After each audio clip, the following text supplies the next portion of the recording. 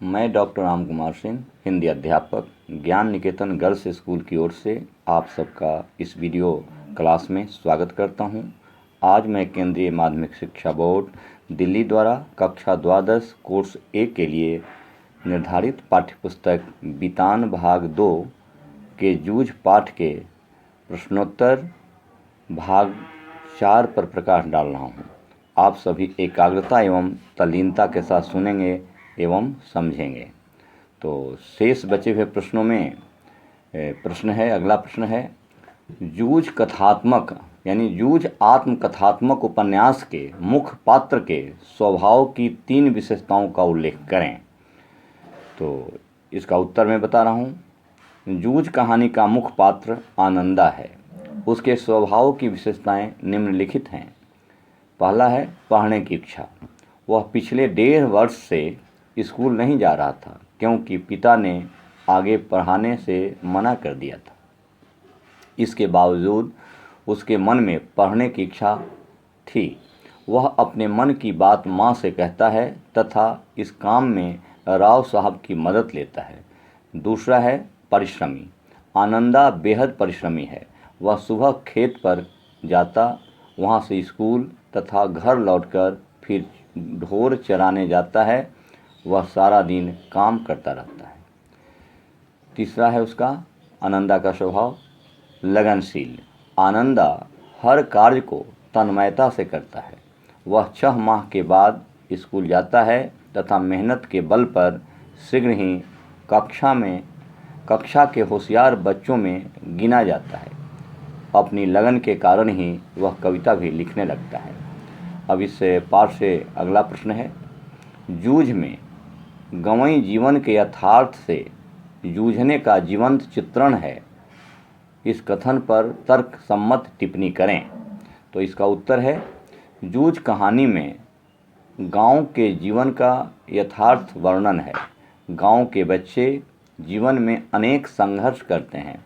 इस कहानी का पात्र आनंदा भी अपनी पढ़ाई जारी रखने के लिए संघर्ष करता है। उसका पिता खेत के काम को पढ़ाई से ज़्यादा महत्व देता है तथा वह किशोर को स्कूल में पढ़ने नहीं भेजता। आनंदा के मन में पढ़ने की ललक थी। वह पढ़ लिखकर नौकरी पाना चाहता था, परंतु पिता के डर से वह कुछ नहीं कह पाता। वह माँ से अपनी पीड़ा बताता है। माँ उसकी सलाह पर गांव के जमींदार दत्ताजी राव सरकार से बात करती है। दत्ताजी ने किशोर के पिता को बुलाकर डांटा तथा बच्चे को पढ़ाने के लिए कहा।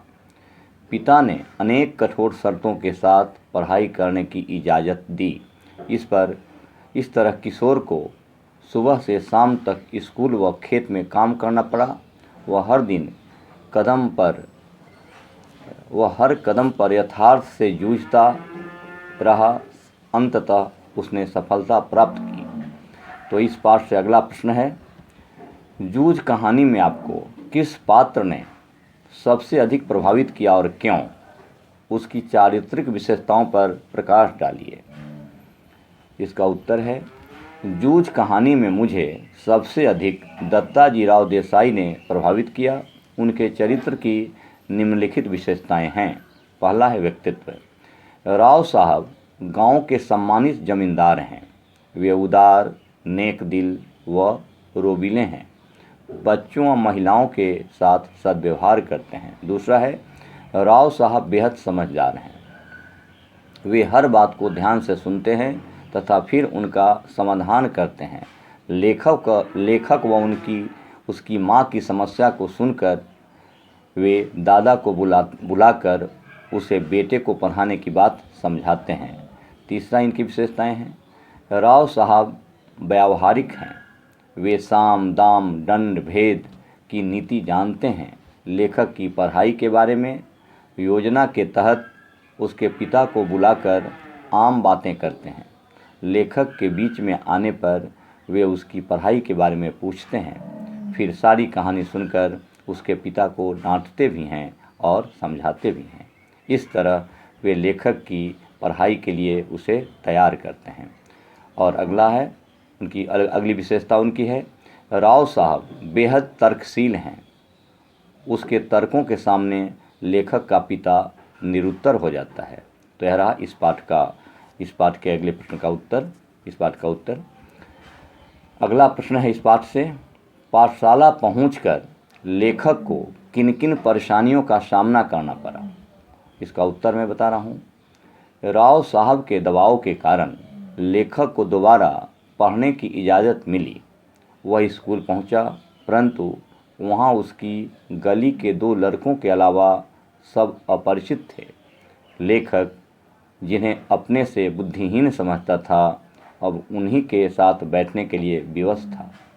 उसके कपड़े भी कक्षा के अनुकूल नहीं थे। उसे अपने अध्यापक का भी नहीं पता था। वह लट्ठे से बने थैले में पुरानी किताबें व कॉपियाँ भरकर लाता था। वह बालूगढ़ी की लाल माटी के रंग के मटमैली धोती और गमछा पहनकर आया था और अकेला था। शरारती लड़के ने उसका मजाक उड़ाया तथा उसका गमछा छीनकर अपने सिर पर लपेटकर मास्टर की नकल करने लगा। उसने गमछा टेबल पर रख दिया। मास्टर ने गमछा देखकर पूछा कि यह किसका है। लेखक ने उसे उठाया, मास्टर साहब के बारे में पूछता है और उसकी छुट्टी के वक्त शरारती लड़के ने लेखक की धोती की कांच 2 बार निकालने की कोशिश की, परंतु वह दीवार की तरफ पीठ करके छुट्टी होने तक बैठा रहा। घर जाते समय वह सोच रहा था कि लड़के उसकी खिल्ली उड़ाते हैं, धोती खींचते हैं, गमछा खींचते हैं, ऐसे में वह कैसे पढ़ेगा। इससे अच्छा है कि मैं पाठशाला न जाऊं और खेत में ही काम करता रहूं। सवेरे उठते ही वह फिर पाठशाला चला गया। धीरे धीरे उसका आत्मविश्वास और सहपाठियों से परिचय बढ़ गया। इस पाठ का अगला प्रश्न है, जूझ के कथानायक का मन पाठशाला जाने के लिए क्यों तड़पता था। उसे खेती का काम अच्छा क्यों नहीं लगता था। तर्कपूर्ण उत्तर दीजिए। तो इसका उत्तर मैं बता रहा हूँ। जूझ के कथानायक का मन पाठशाला जाने के लिए इसलिए तड़पता था क्योंकि उसे शिक्षा से अत्यंत गहरा लगाव था।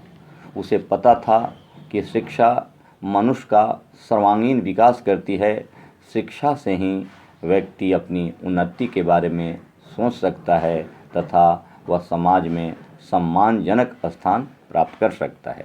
संक्षेप में कहा जा सकता है कि शिक्षा व्यक्ति की उन्नति का द्वार खोलती है।